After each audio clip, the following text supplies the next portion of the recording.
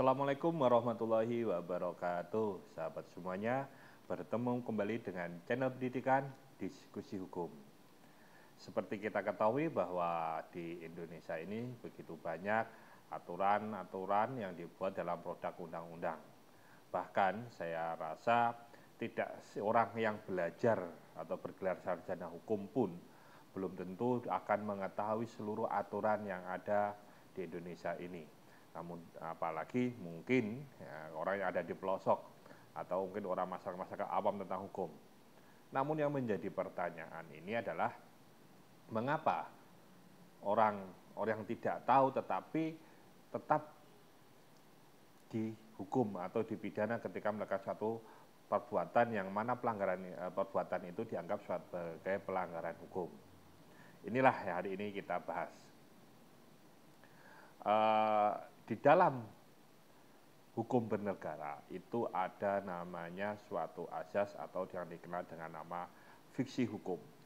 Fiksi hukum ini adalah azas yang menganggap orang tahu hukum tanpa terkecuali.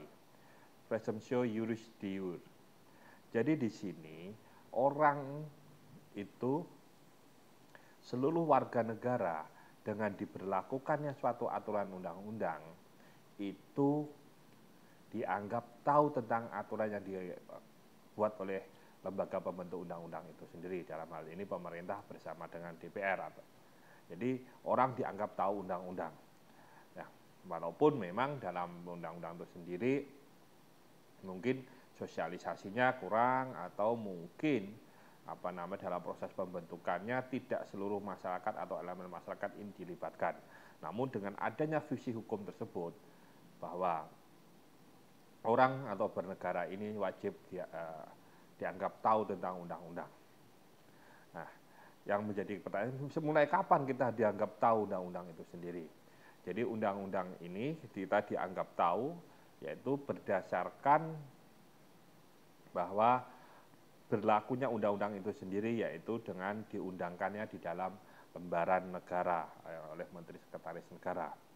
Jadi di sini berdasarkan Undang-Undang Nomor 12 tahun 2011 di mana di pasal 87 disebutkan bahwa mengikatnya suatu peraturan perundang-undangan mulai berlaku pada saat diundangkan. Jadi ketika pada saat diundangkan ini sudah mulai berlaku. Kecuali ditentukan lain dengan peraturan-peraturan yang bersangkutan. Jadi kecuali ditentukan nanti berlaku mulai tanggal sekian. Nah, dari disinilah dengan adanya fiksi hukum tersebut, dengan berlakunya undang-undang tersebut orang harus tahu karena sudah diundangkan di dalam lembaran negara. Kalau ada tahu undang-undang, bagaimana kita harus mencari tahu? Mencari tahu. Nah, jika orang yang tidak tahu ini nanti dianggap sebagai alasan pembenar, maka orang-orang yang akan tertangkap ini beralasan bahwa orang ini saya tidak tahu hukumnya. Sehingga di sini dia berkilah untuk sebagai pembelaan.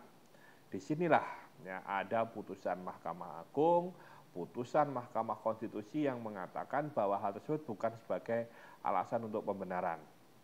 Nah, fiksi hukum atau orang tahu hukum ini sudah juga diatur di dalam putusan Mahkamah Agung, yaitu di dalam putusan MA nomor 64K garis miring SIP 1970 dan juga di dalam putusan Mahkamah Konstitusi 001 tentang pengujian undang-undang strip nomor 5 2007. Di sini juga sama bahwa ketidaktahuan seseorang akan undang-undang, jadi orang-orang tidak tahu undang-undang itu tidak dijadikan sebagai alasan pemaaf. Jadi artinya orang tidak bisa menilai bahwa saya minta dibebaskan karena saya tidak tahu undang-undangnya. Saya tidak tahu kalau ini melanggar. Saya mengambil barang ini ketika ada di hutan, padahal ketika hutan itu ternyata adalah hutan lindung. Jadi orang harus dianggap tahu bahwa itu termasuk hutan lindung. Nah, jadi dan apalagi sekarang dengan adanya era teknologi untuk mengakses undang-undang itu lebih mudah, maka saya sarankan paling tidak ketika Anda mau berbuat sesuatu, paling tidak Anda mengetahui atau mencari dahulu dengan aturan-aturan. Atau dalam kehidupan masyarakat paling tidak kita melihat atau mengetahui bagaimana aturan-aturan dalam tata hidup bermasyarakat. Contohnya, umpama kita melakukan jual beli makanan. Jual beli makanan agar tidak melanggar hukum apa? Kita harus taat bahwa terkait dengan Undang-Undang Perlindungan Konsumen. Kita pelajari Undang-Undang Perlindungan Konsumen. Produk itu harus dengan undang-undang mengenai aturan mengenai perizinan, peredarannya juga kita pelajari sehingga kita atau masyarakat ini bisa lepas dari jeratan hukum. Oke, mungkin itu saja yang bisa saya sampaikan hari ini. Jika ada pertanyaan sama, silahkan disampaikan di kolom komentar. Kita akan berdiskusi untuk mencarikan sebuah solusi permasalahan kita semua. Baik, terima kasih. Sampai bertemu kembali di video kami yang akan datang.